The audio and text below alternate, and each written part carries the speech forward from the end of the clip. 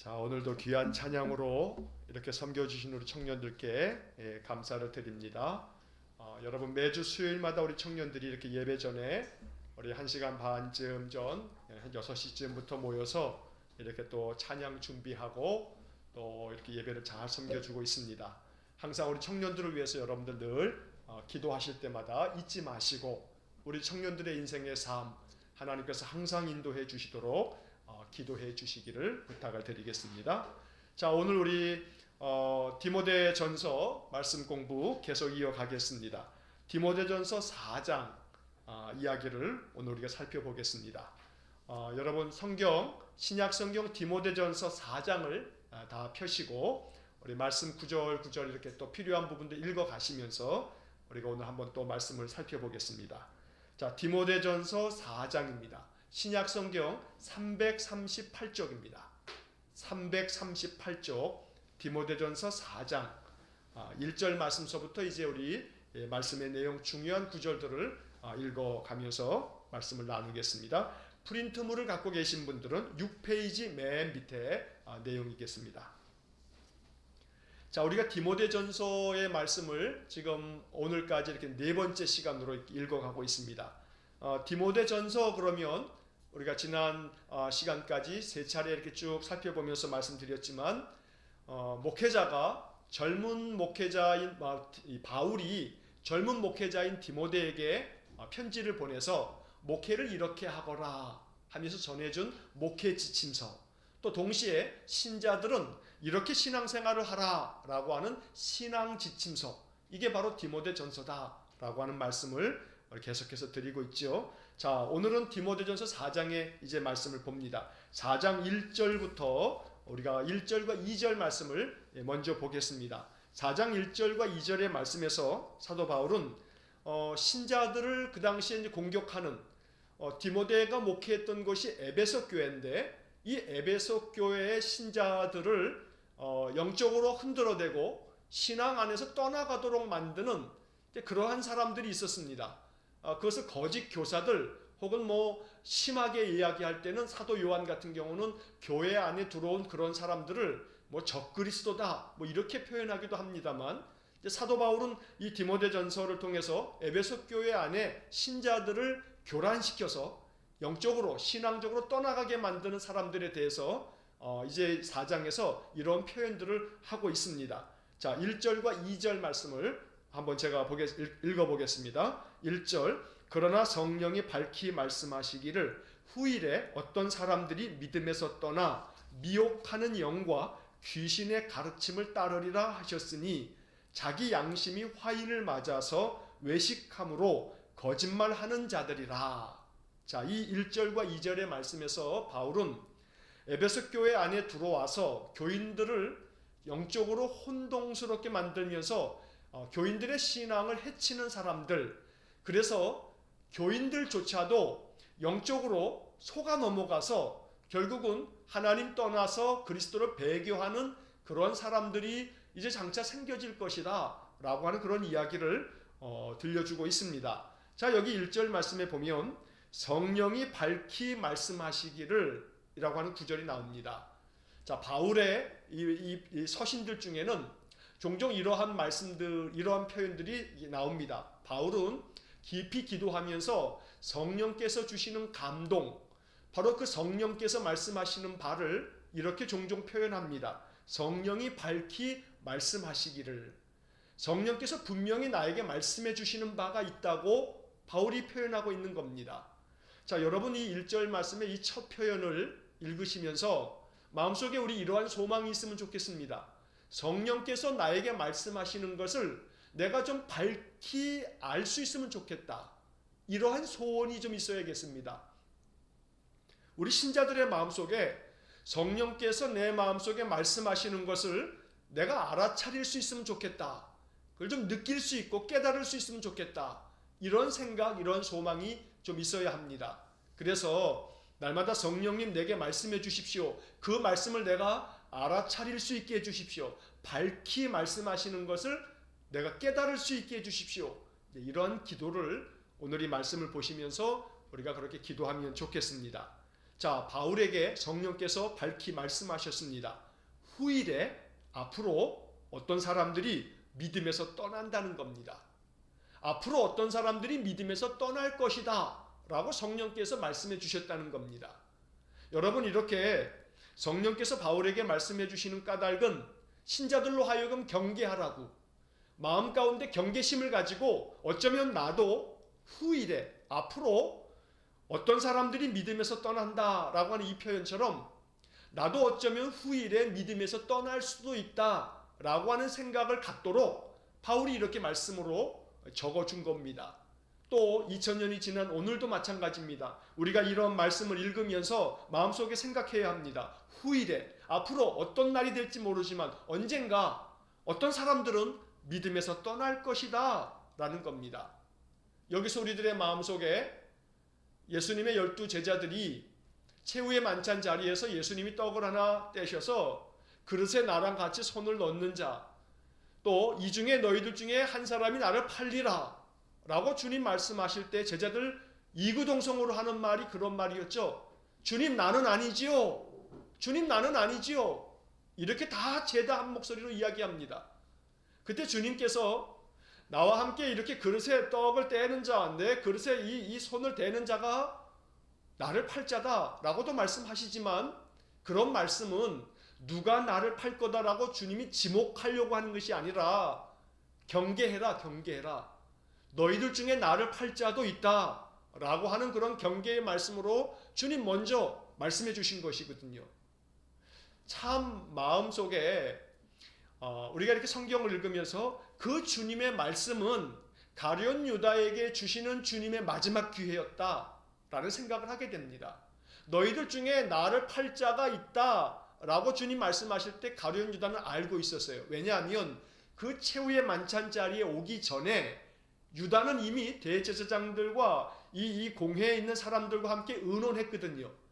예수를 팔면 나에게 어떻게 주겠느냐 하면서 이미 거래가 다 계약이 된 거거든요. 그러니까 이미 가룟 유다의 마음속에 예수를 팔기로 이미 다 결정이 되고 계산까지 다 되었단 말이에요. 그러니까 최후의 만찬 자리에서 예수님이 너희들 중에 한 사람이 나를 팔 거다 라고 말씀하실 때 가룟 유다는 주님이 나를 아시나? 라고 하는 생각이 들었을 거예요. 그러니까 그 말씀을 듣는 순간 유다에게는 사실은 마지막 기회죠. 마지막 기회. 주님이 이미 알고 말씀하시니까. 그러면 주님 앞에 자복하고 회개하고, 주님, 내가 순간 마음에 눈이 멀어서 그런 마음을 먹었습니다. 용서해 주십시오. 이렇게 주님 앞에 고백하고 회개했다면 주님께서 용납하시지 않으시겠습니까? 여러분, 종종 그러한 이야기를 할 때 오류에 빠지면 안 됩니다. 종종 우리 신자들도 그렇고 또 믿음은 없는데 성경을 잘 아는 사람들이 이러한 함정에 빠지곤 합니다. 가룟 유다의 역할설입니다. 역할설. 가룟 유다는 나름대로 역할이 있었다. 만약에 그렇지 않았다면 예수님이 어떻게 십자가에 달려 돌아가실 수 있겠느냐? 누군가 예수를 팔 자가 있어야만 예수님이 팔려가셔서 십자가에 돌아가시는 거 아니냐? 그러니 이 가룟 유다는 자기의 역할을 했을 뿐이다. 이런 식으로 성경을 해석하면 안 됩니다. 여러분, 가룟 유다가 그 자리에서 주님, 내가 죄를 지었습니다. 주님을 팔기로 내가 대제사장들하고 이렇게 모의를 하고 계획을 꾸몄습니다. 주님이 알고 계셨군요. 나를 용서해 주십시오. 가룟 유다가 이렇게 했다면 예수님이 십자가에 달려 돌아가시는 일이 멈추어지겠습니까? 여러분, 우리가 그렇게 생각합니다만 아닙니다. 그건 아닙니다. 가룟 유다의 역할설로 이야기하는 것은, 이것은 우리 인간들이 가지고 있는 얄팍한 논리에 불과합니다. 하나님의 구원 역사는 가룟 유다가 만약 그 자리에서 회개했다면 하나님은 가룟 유다를 통하지 않으시고 다른 방법으로 구원의 역사를 이루실 겁니다. 왜냐하면 이미 대제사장들과 또 바리새인과 서기관들은 예수님을 죽이기로 계속해서 모의하고 있었기 때문에 가룟 유다가 예수님을 안 팔았다면 대제사장들과 그 하수인들이 어떤 방법으로도 예수님 죽일 겁니다. 그러니까 가룟 유다의 역할이 필요했다라고 하는 식으로, 심지어 가룟 유다를 동정하는 듯한 그러한 논리를 내세우는 것은 굉장히 성경의 오류를 범하고 있다는 것입니다. 잊지 마셔야 됩니다. 자, 그런 점에서 오늘 본문의 말씀에서 후일에 어떤 사람들이 믿음에서 떠나 오늘 우리가 이 어려운 이 코로나 시대에 점점 우리의 신앙이 연약해지기 쉬운 이러한 때 아닙니까? 믿음에서 떠나는 사람들도 많이 있을 수 있습니다. 우리가 늘 살펴서 그 믿음에서 떠날 수 있는 사람들을 붙들어주는 역할도 또 감당해야 됩니다. 믿음에서 떠나지 않도록 해야 합니다. 이거보다 더 심한 일이 있더라도 믿음에서 떠나지 않는 그런 마음이 우리에게 있어야 된다는 겁니다. 자, 바울이 디모데에게 어떤 사람들이 후일에 믿음에서 떠날 거다는 이야기를 하면서 이제 그 다음 이어지는 구절을 보시면 미혹하는 영과 귀신의 가르침을 따르리라 하셨으니, 자, 사람들이 이렇게 믿음에서 떠나고 난 다음에 미혹하는 영과 귀신의 가르침을 따른다, 이렇게 따르게 될 거다라고 성령께서 나에게 말씀하셨다고 지금 바울이 말씀하고 있는 것입니다. 믿음에서 떠난 사람들이 미혹하는 영과 귀신의 가르침을 따른다. 여러분, 이 하반절에 나오는 미혹하는 영과 귀신의 가르침을 따르리라 라고 하는 이 말씀을 해석할 때 이 말씀을 우리가 대하면서 마음 가운데 여러 가지 좀 이렇게 복잡하게 생각하실 필요가 없습니다. 미혹하는 영이라고 하는 것, 또 귀신, 이러한 부분에 있어서 우리가 이 귀신이라고 하는 이 존재에 대한 공부를 언젠가 한번 좀 따로 한번 좀 할 필요가 있습니다. 제가 지금 우리가 이 권별 성경 공부를 계속하고 있습니다만 요한계시록까지 공부가 끝나고 난 다음에는 좀 우리 신자들이 가지고 있어야 될 기독교 신앙의 중요한 교리들을 한번 공부할 필요가 있습니다. 그런 교리를 공부하면서 성경에서 이야기하고 있는 이 귀신에 대한 것, 이 귀신에 대한 것도 우리가 좀 한번 정리를 할 필요가 있거든요. 이건 짧은 시간에 할 수 있는 게 아니기 때문에 나중에 제가 꼭 이 부분에 대해서 함께 우리가 말씀 안에서 정리하는 그런 시간들을 꼭 갖도록 하겠습니다. 자, 여기서 우리가 좀 이 1절의 말씀에서 잠깐 살펴보고 넘어갈 것은 미혹하는 영과 귀신의 가르침을 따르게 될 거다. 믿음에서 떠난 사람들이 이 미혹하는 영이라고 하는 것은 세번역 성경이나 다른 성경들을 보면 속이는 영, 이렇게 말하고 있습니다. 속이는 영. 자, 그 속이는 영적 존재, 바울과 또 성경의 말씀들은 그것이 마귀, 또 혹은 사탄, 또 혹은 귀신, 뭐 이렇게 표현되어져 있습니다. 종종 이 귀신에 대한 연구를 하는 사람들, 뭐 그런 주제에 대해서 관심을 가지고 말씀하는 사람들이 이 마귀, 귀신, 뭐 또 사탄, 이런 것들을 이야기할 때 계급적으로 이렇게 또 생각하는 사람들도 있습니다. 사탄이 제일 우두머리고 그 다음에는 중간에는 마귀가 있고 맨 하수인들이 뭐 귀신이다, 이렇게 뭐 이 마귀 귀신의 세계를 뭐 계층별로 계급으로 또 나누어서 또 막 여러 가지를 설명하고 뭐 이런 사람도 있습니다만, 이러한 것들은 나중에 한번 좀 명확하게 좀 정리하는 시간을 좀 갖도록 하겠습니다. 여기서 중요한 사실은 미혹하는 영, 신자들을 속이는 영이 있다는 겁니다. 영적 존재에 대한 부분에 있어서는 보이지 않는 그런 영적 존재에 대한 것은 여러 가지 많은 이 과학의 시대에 논란이 있습니다. 그러나 성경이 분명히 영적 존재에 대해서 이야기하고 있다는 사실 하나만큼은 분명한 사실입니다. 그래서 지금 우리가 가지고 있는 이 과학적인 사고를 가지고 영적 존재가 존재하지 않는다라고 단정 지을 것도 아니고요. 이 유물론적인 생각을 가지고서 귀신이라고 하는 것은 없어, 영적 존재는 없어, 이렇게 우리가 확정적으로 말할 수 있는 부분은 아닙니다. 그러나 다만 성경이 이야기하는 것은 귀신을 말하고 있고 또 마귀를 이야기하고 있고 사탄을 이야기하고 있다는 겁니다. 우리가 이것을 인정하든지 그렇지 않든지 성경은 그것을 이야기하고 있고, 이 영적 존재들이 하는 일은 뭐냐면 속이는 영이라 이 말이에요. 속이는 영. 우리 신자들을 속인단 말이에요. 그래서 이 신자들이 이 미혹하는 영, 귀신들에 의해서 속아 넘어간다. 자꾸 제가 종종 이러한 설교를 할 때마다 말씀드리지만, 귀신 그러면 우리 대한민국 사람들은 오랫동안에 이어져 왔던 이 샤머니즘, 이 미신적인 생각이 있어가지고 귀신 그러면 무슨 도깨비, 또 뭐 귀신 그러면 뭐 옛날에 뭐 지금 젊은 세대들은 그런 TV 프로그램을 못 봤겠지만 옛날에는 여러분 어르신들은 다 아시잖아요. 전설의 고향, 뭐 여름만 되면 남양 특집, 그래가지고 뭐 구미호, 뭐 이런 귀신들 얘기가 항상 전설의 고향의 주제는 귀신들 얘기 아니었지, 뭐 이야기 아니었습니까? 그러니까 우리 한국 사람들의 정서 안에는 귀신 그러면 원한을 품고 죽은 영혼이 귀신이 된다. 이게 한국 사람들이 가지고 있는 귀신에 대한 생각입니다. 자, 이러한 생각을 가지고 지금도 교회에서 가르치는 사람들이 있는데 그게 바로 뭐냐 하면 귀신론을 가르치고 있는 저 서울의 성락교회라는 데가 있습니다. 베레아라고 하는 그러한 이 베레아 아카데미를 통해서 교회 안에서 성경 공부를 가르치는데 그 성락교회가 귀신론이라고 하는 가르침 때문에 한국 교회 안에서 이단으로 정죄가 되어 있습니다. 아마 저 원당에도 그 성락교회가 하나 있을 거예요. 그렇게 알고 있어요. 자, 그런데 그 성락교회에서 가르치는 귀신론의 핵심은 뭐냐면 원한을 품고 예수 믿지 않고 죽은 사람의 영혼이 귀신이 된다. 이렇게 가르치는 것이 성락교회 귀신론의 아주 중심뼈대가 됩니다. 그거는 굉장히 잘못된 귀신론입니다. 그래서 우리가 이 귀신이라고 하는 이 존재에 대한 것은 나중에 성경적으로 한번 정리를 하되 귀신이 하는 역할은 뭐냐? 거짓의 압이다 라고 성경은 되어 있습니다. 마귀는 거짓의 압이다. 그러면 그 거짓의 압이라고 하는 것은 뭐냐면 속이는 자라는 겁니다. 속이는 자. 끊임없이 우리들의 마음속에 속아 넘어갑니다. 어떤 거냐면 예를 들면 쉽게 여러분 마음속에 우리는 하나님의 자녀입니다. 여러분 그거 믿으실 겁니다. 그런데 순간순간 하나님의 자녀임에도 불구하고 내 마음속에 의심이 생깁니다.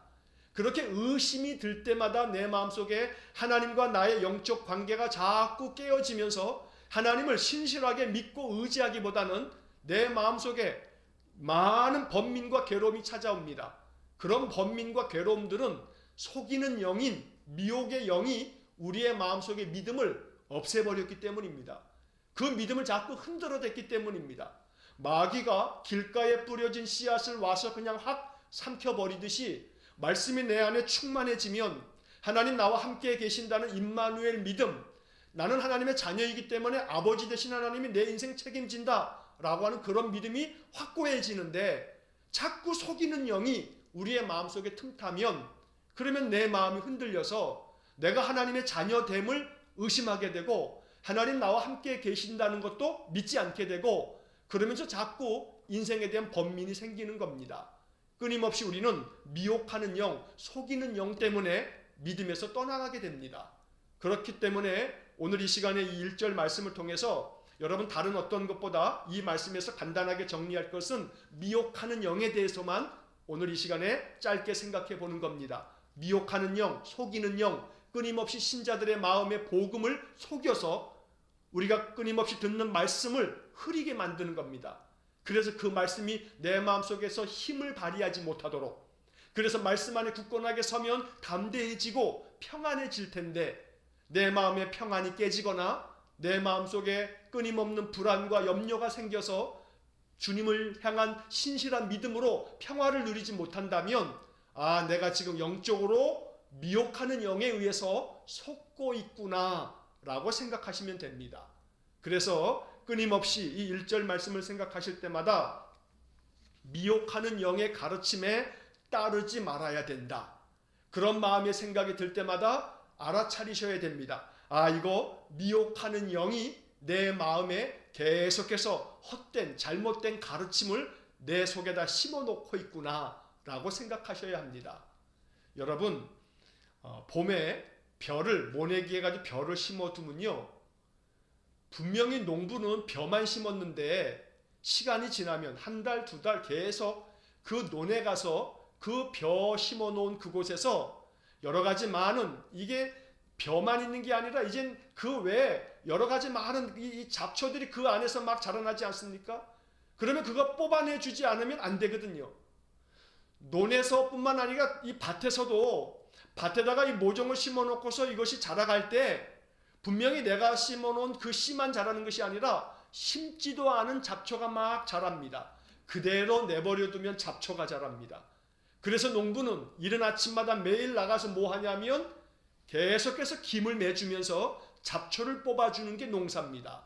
신앙은 믿음의 삶은 농사와 비슷합니다. 우리가 말씀의 씨앗을 뿌려놓으면 매 주일마다 또 공적인 예배마다 말씀을 마음속에 받아들이면 그 말씀의 씨앗이 내 마음속에 그대로 계속 있을 것이라고 생각하면 안 됩니다. 항상 돌아보셔야 합니다. 내 마음속에 잡초가 생기지 않는지를 돌아봐야 합니다. 그 잡초가 뭐냐 하면 미혹의 영이 내 마음속에 슬그머니 들어와서 내 마음속에 의심을 심어놓고 주님이 주신 말씀, 그 복음이 내 마음속에 흔들거리도록 자꾸 흔들어대는 게 미혹하는 영의 가르침입니다. 그렇기 때문에 오늘 이 말씀을 보시면서 후일에 믿음에서 떠난 사람들이 있는데 그 사람들이 미혹하는 영의 가르침에 따르게 될 거다라고 하는 이 말씀을 마음속에 기억하시면서 항상 경계하고 마음속에 미혹하는 영, 속이는 자가 내 마음을 속이지 못하도록. 그래서 에베소서의 말씀을 읽다 보면 바울이 이렇게 이야기하죠. 마귀로 틈을 타지 못하게 하라. 마귀가 마음의 틈 속에 틈을 삐집고 들어와서 내 마음속에 믿음의 그 복음을 흔들어대지 못하게 하라고 바울이 권면하고 있는 것입니다. 자, 2절 말씀을 보시면 자기 양심이 화인을 맞아서 외식함으로 거짓말하는 자들이라. 자, 이렇게 믿음 안에서 떠난 사람들이 양심에 화인을 맞았다. 화인이라고 하는 것은 불도장입니다. 불도장. 불로 도장을 딱 찍혀서 그래서 그 양심이 완전히 굳어버리고 완전히 양심이 죽어버린 겁니다. 이렇게 양심에 화인 맞은 자들이 외식함으로 거짓말을 하면서 온갖 세상의 죄와 악을 만들어낸다고 성령께서 밝히 나에게 가르쳐 주셨다고 바울이 말씀하고 있는 겁니다. 요즘에 양심에 화인 맞은 사람들이 얼마나 많습니까? 여러분 뉴스를 보시게 되면 점점 세상이 악해지면서 정말로 천일공론할 만한 그런 사건들이 얼마나 많습니까?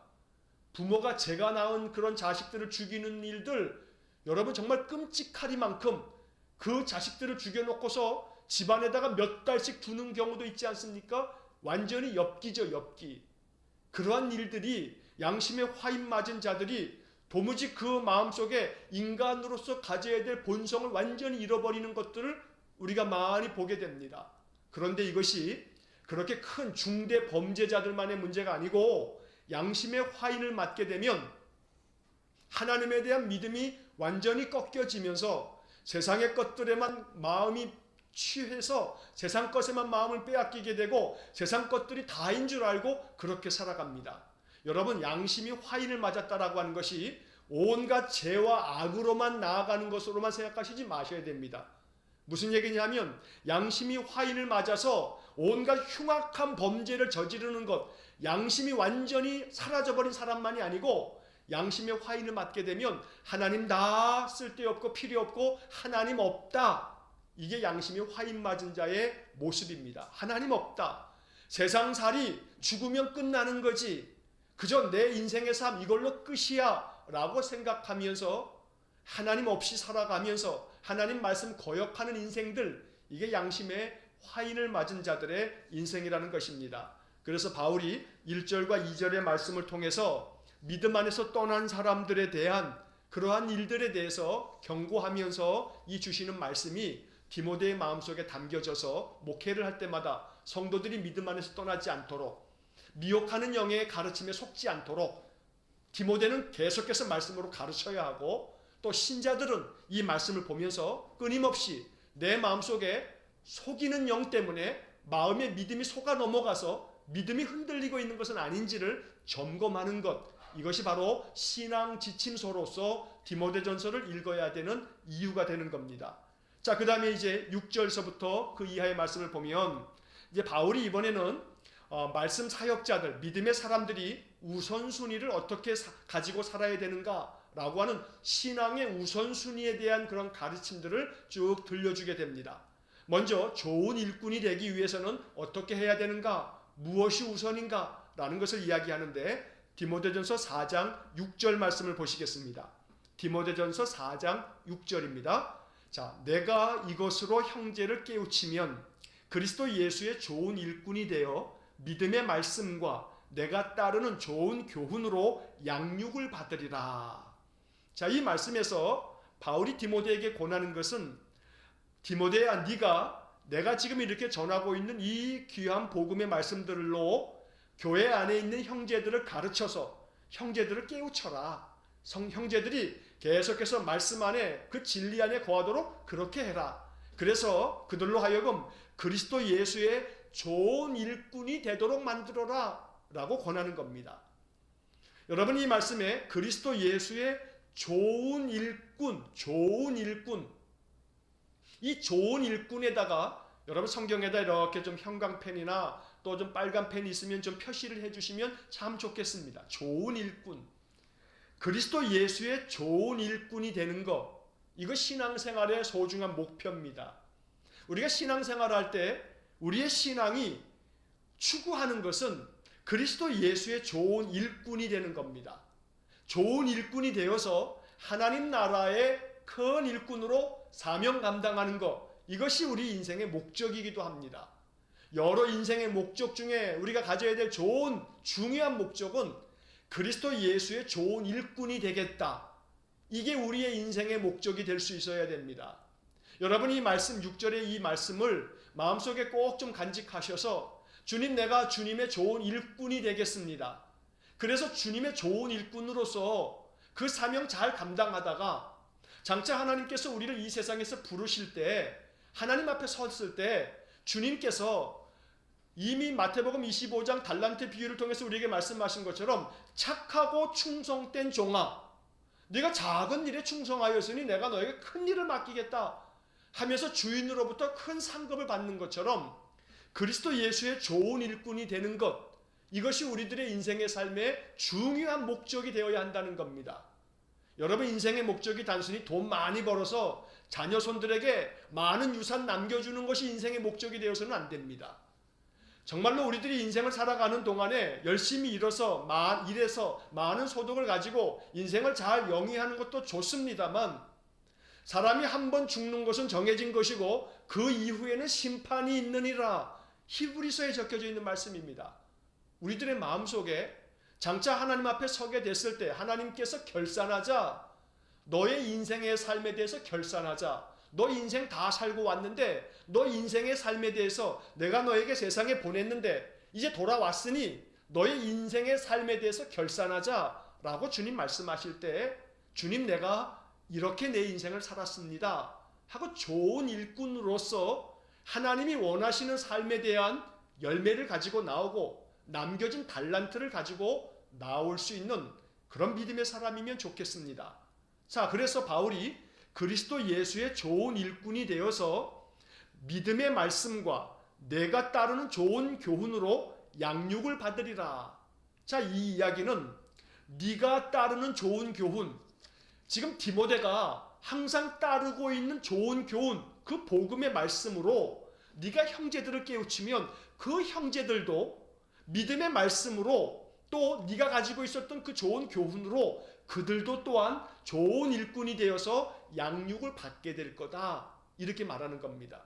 그래서 지금 바울은 디모데에게 네가 목회하고 있는 에베소 교회 많은 형제들, 그 성도들을 깨워라, 그들을 깨우쳐라, 그들로 하여금 좋은 일꾼이 되도록, 그래서 믿음의 말씀 가지고 좋은 교훈 가지고 그들이 양육을 받도록 그렇게 해라 라고 말하고 있는 겁니다.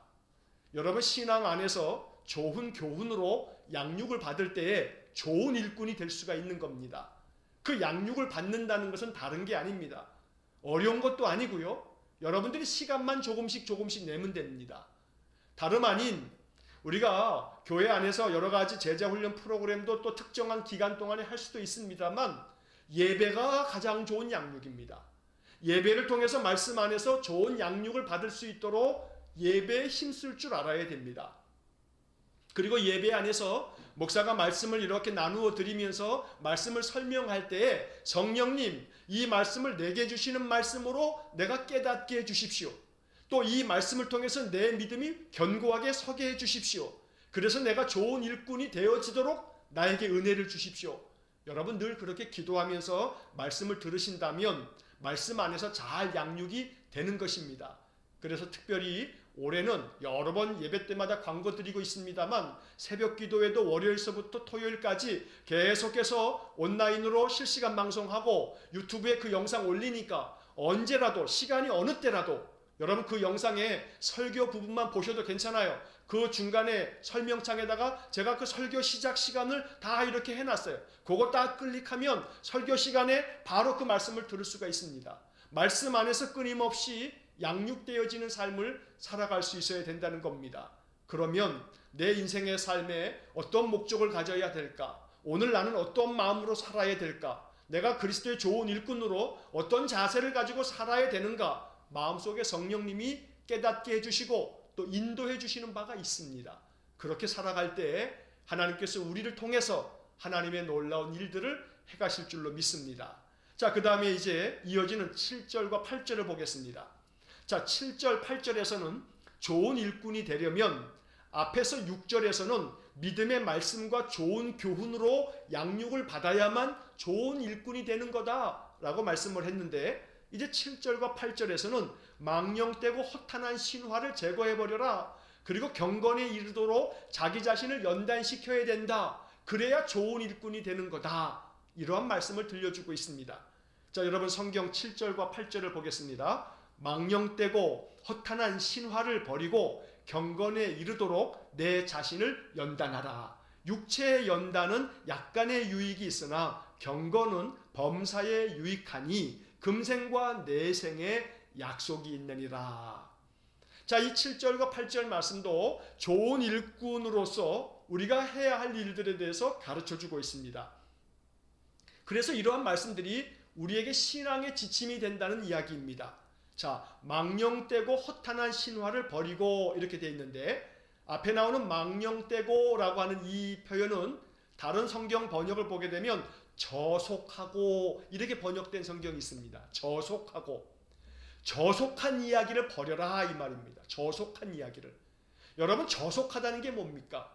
정말로 쓸데없는 그 속된 이야기들 가운데 빠져가지고 그것에 그냥 막 이 취해가지고 온갖 그저 적절치도 않은 부정한 이야기들 속에서 사람들이 온갖 말잔치를 벌이는 것들이 많습니다. 특별히 에베소 교회 사람들이 그러한 유혹에 많이 빠질 수 있는 환경 속에 있습니다. 왜냐하면 지난주에도 말씀드린 것처럼 이 에베소 안에서 에베소 사람들은 아데미 여신을 섬기면서 아데미 여신뿐만 아니고요. 이 에베소라고 하는 지역의 건너편 에베소에서 배 타고 건너가게 되면 마게도냐 지역이 있고요. 그 마게도냐 남부가 뭐냐면 헬라, 그리스 지역입니다. 여러분 그리스 하면 무슨 생각납니까? 그리스 로마 신화. 그러니까 이 그리스는 제우스로부터 시작해가지고 온갖 신들이 드글드글한 나라가 바로 그리스 헬라 지역입니다. 근데 그 헬라 지역 바로 건너편에 바로 이 에베소 항구 도시가 있는 겁니다. 이 헬라 지역하고 에베소는 배로 수시로 왕래하는 그런 무역이 활성화되어 이루어졌기 때문에 이 에베소 안에는 그리스 지역에 있는 수많은 신들이 이 에베소 안에 아주 들끓었습니다. 그 중에 아주 최고의 신은 아데미 여신이었고요. 자, 이처럼 이 에베소 사람들은 저속하고 망령된 허탄한 그런 신화에 빠져가지고 헛된 그런 이야기들, 온갖 이야기 잔치 속에 빠져서 어떤 신들이 우리를 도와준다, 어떤 신들이 우리를 지켜준다 이러면서 그들 안에 미신이 얼마나 심했는지 모릅니다. 그래서 바울은 망령되고 허탄한 신화를 버려라, 이거 다 버려라 라고 말합니다. 이런 것 때문에 에베소 안에서 난동이 일어났던 거죠. 이 아데미 신 섬기고 있는데 너희들이 섬기고 있는 그 아데미 신상은 그거 아무것도 아니야. 그냥 사람이 만든 것뿐이야. 바울이 이렇게 이야기하다 보니까 그 아데미 신상을 만들어 파는 사람들이 소득이 감소하니까 아주 난동을 벌여가지고 이 바울을 핍박하고 쫓아낸 곳이 에베소 지역이었거든요. 그런 곳에서 신자들이 생겨지고 에베소 교회가 탄생하고 그 에베소 교회에서 나중에 디모데가 목회를 할 때 바울이 지금 이 편지를 보낸 겁니다. 그래서 바울은 이미 알고 있습니다. 에베소 지역이 망령되고 허탄한 신화에 잔뜩 빠져 있는 곳이 그 지역이라는 것을. 그래서 에베소 신자들에게 그런 쓸데없는 이야기에 빠지지 말라. 요즘 말로 하면요, 세상에 쓸데없는 그런 이것저것 말에 마음 빼앗기지 말라고 이야기하는 겁니다. 여러분, 이러한 이야기를 현대적으로 적용하자면요, 이런 이야기로 한 예를 들 수도 있어요.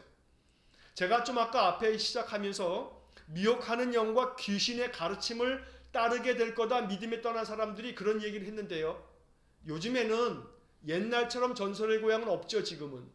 그런데 요즘에는 이 미혹하는 영, 속이는 영, 귀신들에 대한 영적 존재에 대해서 요즘 현대인들은, 여러분 드라마나 영화 보게 되면요, 지금은요, 그래도 그게 이제 뭐 90년대 후반 2000년대까지만 하더라도 영화가에서 여고 괴담, 뭐 괴담 같은 이야기도 좀 있었어요. 공포스러운 이야기들 말이에요. 그런데 2000년이 훨씬 지나고 난 다음부터 드라마나 영화 같은 데서 등장하는 이 귀신들은요, 더 이상 공포의 대상이 아니에요. 그러면서 드라마에서 나오는 모든 대부분의 다 귀신들은요, 도깨비라고 하는 드라마에서 그러듯이 아주 젠틀하게 생기고요, 정말로 미녀고요, 그리고 굉장히 우리에게 친숙하게 다가와 가지고요, 귀신하고 끊임없이 교감을 하고요, 귀신과 사랑에 빠져요. 귀신과 사랑에 빠져요. 이게 스토리예요, 스토리. 그런 스토리가 이 시대의 문화예요. 그래서 시나리오 작가들이 그런 문화를 만들어내고 있어요. 그리고 그런 문화를 요즘 젊은 세대가 소비하고 있어요. 그러면서 우리들의 마음속에 알게 모르게 자연스럽게 문화적으로 익숙해져 가고 있는 게 뭐냐면, 귀신은 굉장히 젠틀하고 굉장히 아주 스위트하고 아주 이쁘고 잘생겨서 연애할 마음이 생기는 그런 존재처럼 생각하면서 귀신을 사랑하게 됐단 말이에요. 도깨비를 사랑해요. 이게 오늘 우리의 시대의 이런 영적 문화가 돼버렸다 이 말이에요. 그러면서 점점 우리들의 마음속에 희박해지는 것이, 이게 속이는 일임에도 불구하고 문화라는 이름으로 끊임없이 신자들로 하여금 영적인 분별력을 잃게 만드는 것이 오늘 이 시대의 특징입니다. 그래서 여러분들 잘 경계할 수 있어야 됩니다. 그러다 보면 점점 그런 경계심을 놓치다 보면 이러한 망령되고 허탄한 신화가 뭐예요? 이거 이야기예요, 이야기. 내러티브. 이게 단순히 신들의 이야기로만 국한해서 해석하시지 마시고, 쓸데없이 인간들이 가지고 있는 수많은 내러티브, 이야기들, 여기에 빠져버리게 되면 우리가 영적인 부분에서 분별력을 잃어버리면서 그저 이건 다 문화인데 뭐 하면서 수용하면서 영적인 분별력을 잃어버리고 하나님 말씀 안에 서지 못하는 그러한 우를 범할 수가 있다는 겁니다. 자, 그래서 바울이 경계하는 것이 있습니다. 경건에 이르도록 내 자신을 연단하라. 경건에 이르도록 내 자신을 연단하라. 8절에 육체의 연단은 약간의 유익이 있으나 경건은 범사에 유익하니 금생과 내생에 약속이 있느니라.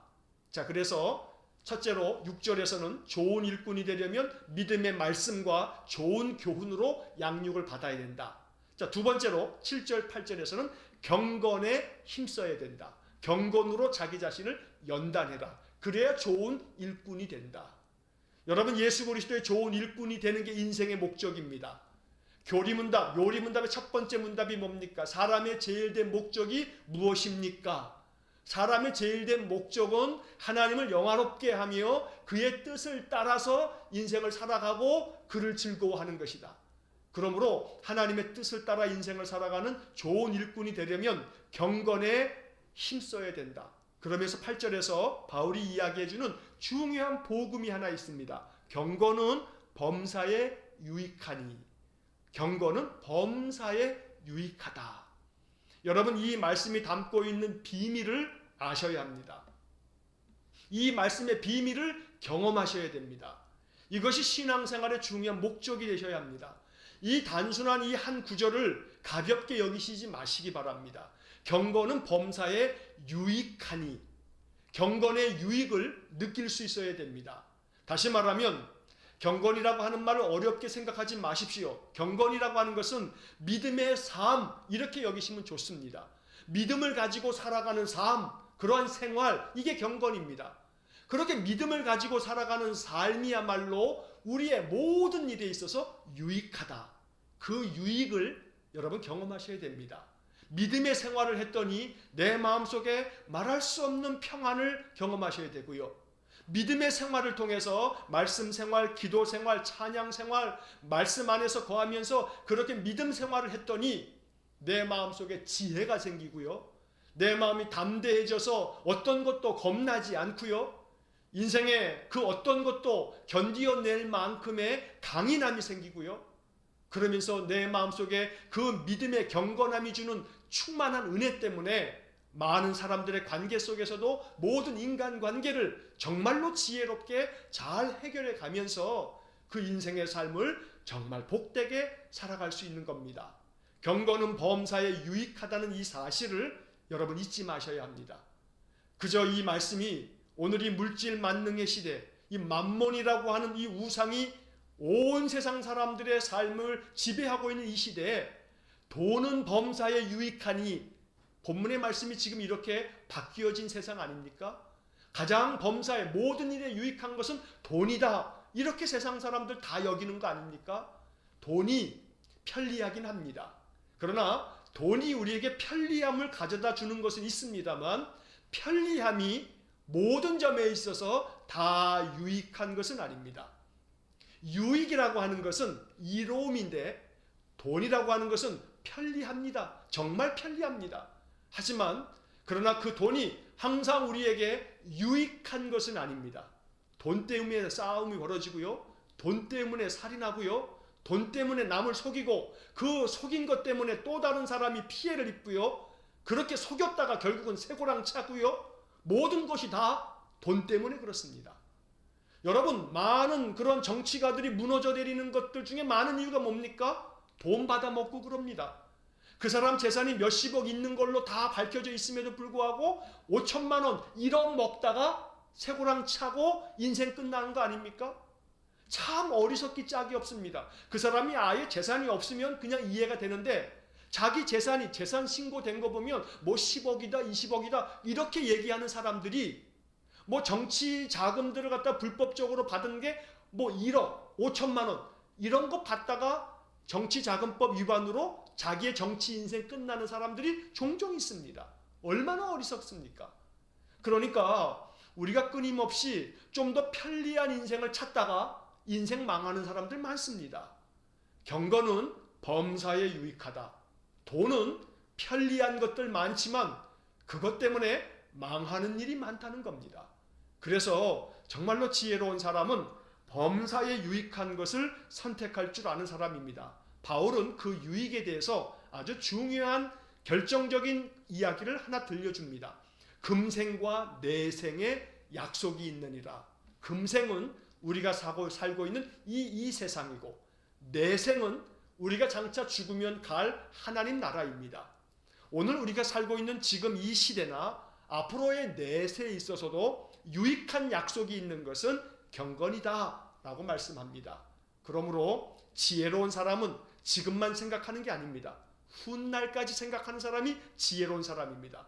그러므로 아름다운 경건의 삶을 통해서 믿음의 생활을 통해서 오늘 우리의 인생의 삶에 가장 유익한 길을 선택할 줄 아는 그런 지혜로운 사람 되시기를 간절히 축원합니다. 자, 이제 이어지는 10절 말씀 보겠습니다. 10절 말씀을 보시면 이를 위하여 우리가 수고하고 힘쓰는 것은 우리 소망을 살아계신 하나님께 두미니 곧 모든 사람 곧 특히 믿는 자들의 구주시라. 자, 이 10절의 말씀을 통해서 바울은 좋은 일꾼은 하나님께 소망을 두어야 된다라고 이야기하는 겁니다. 하나님께 소망 두어야 된다. 자, 우리가 수고하고 힘쓰는 것은 우리 소망을 살아계신 하나님께 두미니 소망을 하나님께 두는 것. 자, 모든 사람, 특히 믿는 자들의 구주 되신 하나님께 소망을 두는 것이야말로 좋은 일꾼들이 해야 할 아주 중요한 일이라고 바울이 가르쳐주고 있습니다. 이러한 신앙의 지침을 따라서 우리의 인생의 삶의 소망을 하나님께 두시기를 축복합니다. 우리의 인생의 희망은 하나님께 있습니다. 우리의 삶의 소망은 하나님께 있습니다. 지금도 살아계신 하나님을 믿어야 합니다. 바울은 여기서 하나님을 말하면서 살아계신 하나님께 라는 이야기를 합니다. 하나님은 죽은 하나님이 아닙니다. 하나님은 우리의 인생의 삶에 지금도 살아 역사하시는 분이십니다. 우리가 이것을 믿고 그 믿음 안에서 살아계신 하나님을 경험하도록 항상 경건의 삶을 힘써야 되는 겁니다. 그러면 살아계신 하나님을 마음으로부터 느끼고 경험하고 생활 속에서 체험함으로써 우리의 믿음이 진짜 살아있는 믿음이 될 수 있는 것입니다. 간절히 바라고 원하는 것은 살아계신 하나님을 마음으로 믿음으로 인해서 우리의 마음속의 소망, 앞으로 내 삶 속에 가지고 있는 모든 기대와 소망, 이것을 하나님이 이루실 것이라고 믿으면서 하나님께 소망을 두고 인생을 살아감으로 인해서 날마다 그 삶에 하나님의 평강이 가득하시기를 주의 이름으로 간절히 축원합니다. 자, 이제 그 다음에 이어지는 말씀 12절부터 16절까지의 말씀을 보는데요. 먼저 12절과 13절을 보겠습니다. 자, 이 12절 13절에서 이제 바울이 디모데에게 개인적으로 디모데 개인에게 이야기한 것이긴 합니다만 오늘 우리가 또 마음속에 또 생각해야 될 교훈도 여기에 있죠. 12절 13절을 보겠습니다. 누구든지 내 연소함을 업신여기지 못하게 하고 오직 말과 행실과 사랑과 믿음과 정절에 있어서 믿는 자에게 본이 되어 13절 내가 이를 때까지 읽는 것과 권하는 것과 가르치는 것에 전념하라. 바울이 지금 디모데에게 당부하고 있는 겁니다. 디모데에게 말하고 있습니다. 누구든지 너의 연소함을 업신여기지 못하게 해라. 야 디모데야, 네가 젊다고 해서 사람들이 젊은 사람이 뭘 알아 하는 식으로 네가 젊은 것에 대해서 사람들이 가볍게 여기지 못하도록, 네가 비록 나이는 젊지만 젊은 자임에도 불구하고 너의 모든 말과 행실과 믿음과 사랑과 정절에 있어서 모든 사람들에게 네가 본이 되라. 흠잡을 데 없는 모습으로 네가 목회를 해라 라고 말하는 겁니다. 비록 나이는 젊지만 그 나이가 젊은 것 때문에 사람들이 업신여기지 못하도록, 가볍게 얘기하지 못하도록 그렇게 네가 보다 더 무거운 그러한 모습으로 너의 삶의 본을 보이면 그러면 사람들이 너를 젊다고 그렇게 하찮게 여기지 않을 거다라고 말하고 있는 겁니다. 믿음의 사람들의 신앙의 삶을 통해서 우리 주변 사람들에게도 가볍게 여겨지지 않기를 원합니다. 세상 사람들에게 믿는 사람들이 하찮은 존재로 취급되어서는 안 됩니다. 업신여기는 그런 존재가 되어서는 안 됩니다.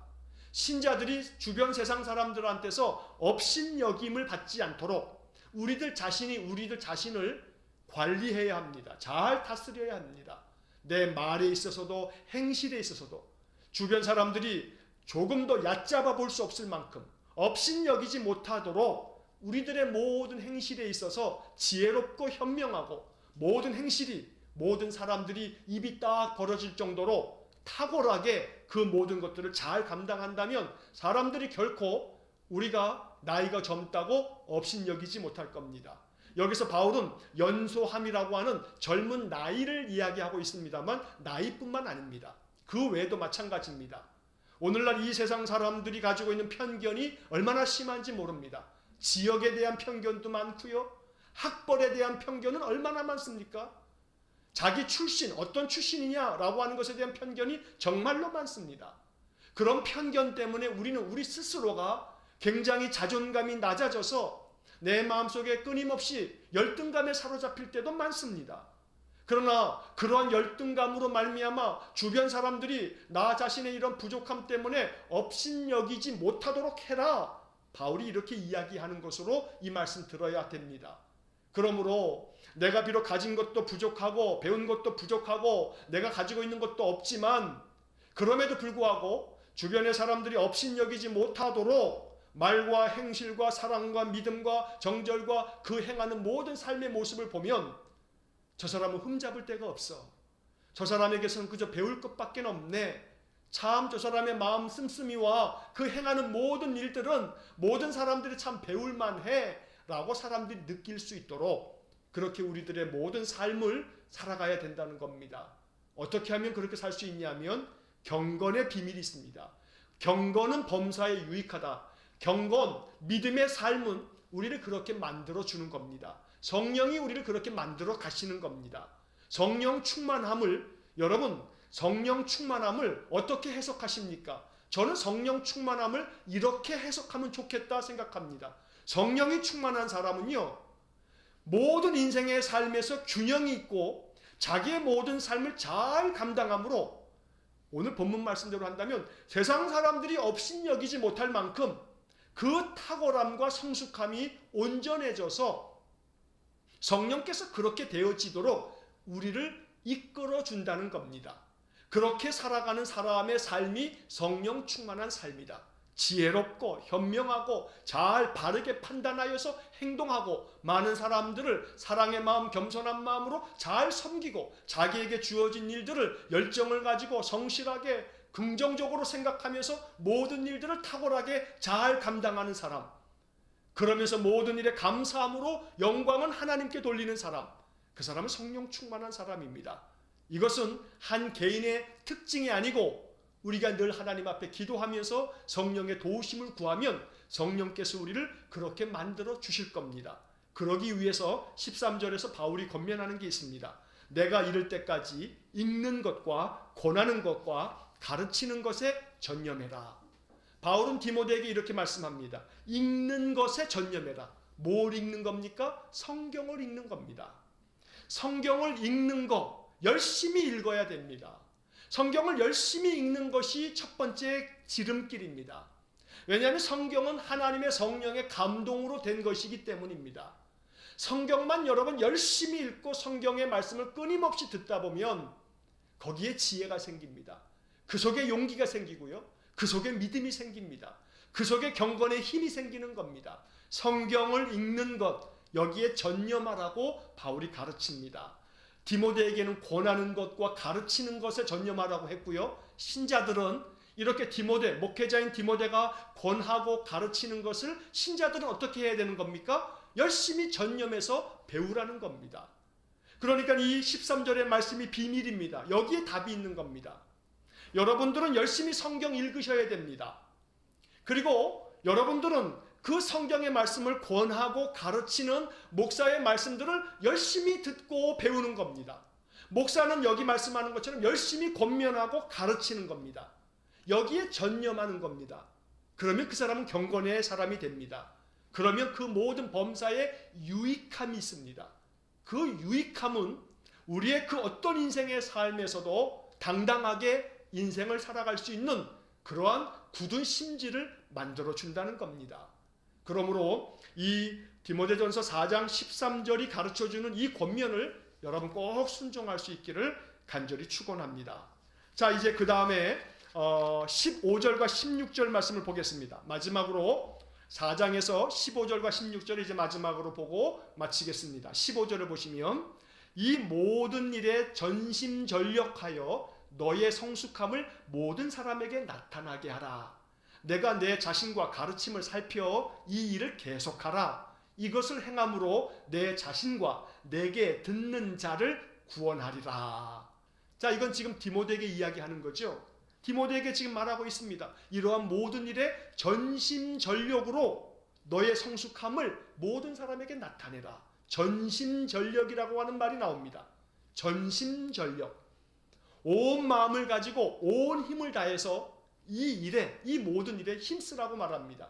경건 생활도 그렇고요. 말씀 읽는 것도 그렇고요. 지금 우리가 4장에서 쭉 지금 보아왔던 말씀들을 전심전력으로 힘쓰라고 말하고 있습니다. 우리가 따라야 될 그런 말씀입니다. 우리가 순종해야 할 명령이기도 합니다. 그렇게 되면 이러한 말씀을 통해서 이렇게 열심으로 전심전력으로 말씀으로 우리가 무장되어지면 그러면 이것을 통해서 너 자신과 너에게 듣는 자를 구원하리라. 구원하리라. 여기 구원이라고 하는 단어에다가 좀 동그라미 쳐놓으시고요. 구원이 중요해요. 구원이. 제가 여러 번 설교 중에 그런 말씀 드렸죠. 성경에서 말하고 있는 구원이라고 하는 것은 죽으면 천국 간다 이것만 생각하면 안 된단 말이에요. 기독교에 있어서 구원은 단순히 죽으면 그 영혼이 천국 가는 거 이거 아니에요. 이거 아니에요. 이건 굉장히 초보적인 믿음이에요. 초보적인 믿음. 예수 믿고 죽으면 천국 가는 거는 이건 그냥 기본 초등학교에서 배우는 구구단 더하기 빼기. 여러분 더하기 빼기 하나 했다고 그저 우쭐하면 안 된단 말이에요. 예수 믿으면 하나님의 자녀로서 하나님 나라 가는 것은 이건 그냥 기본. 정말로 성경이 말하는 구원은 오늘 나의 삶에서 구원을 경험하는 거예요.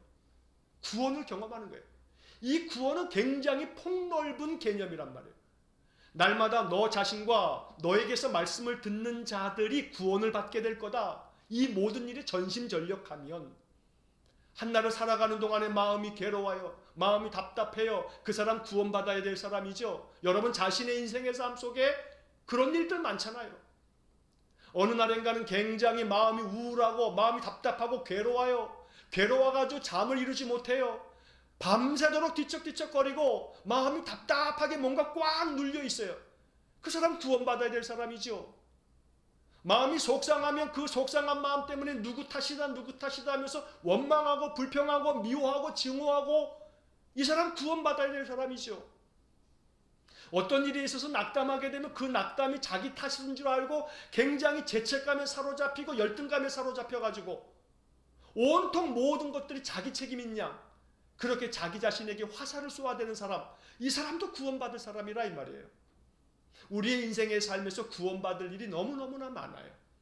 그렇기 때문에 말씀 안에서 우리가 경건에 힘써서 지금 4장에서 우리가 지금까지 살펴왔던 말씀을 다시 한번 깊이 생각하시다 보면 그러면 바로 거기에 답이 있어요.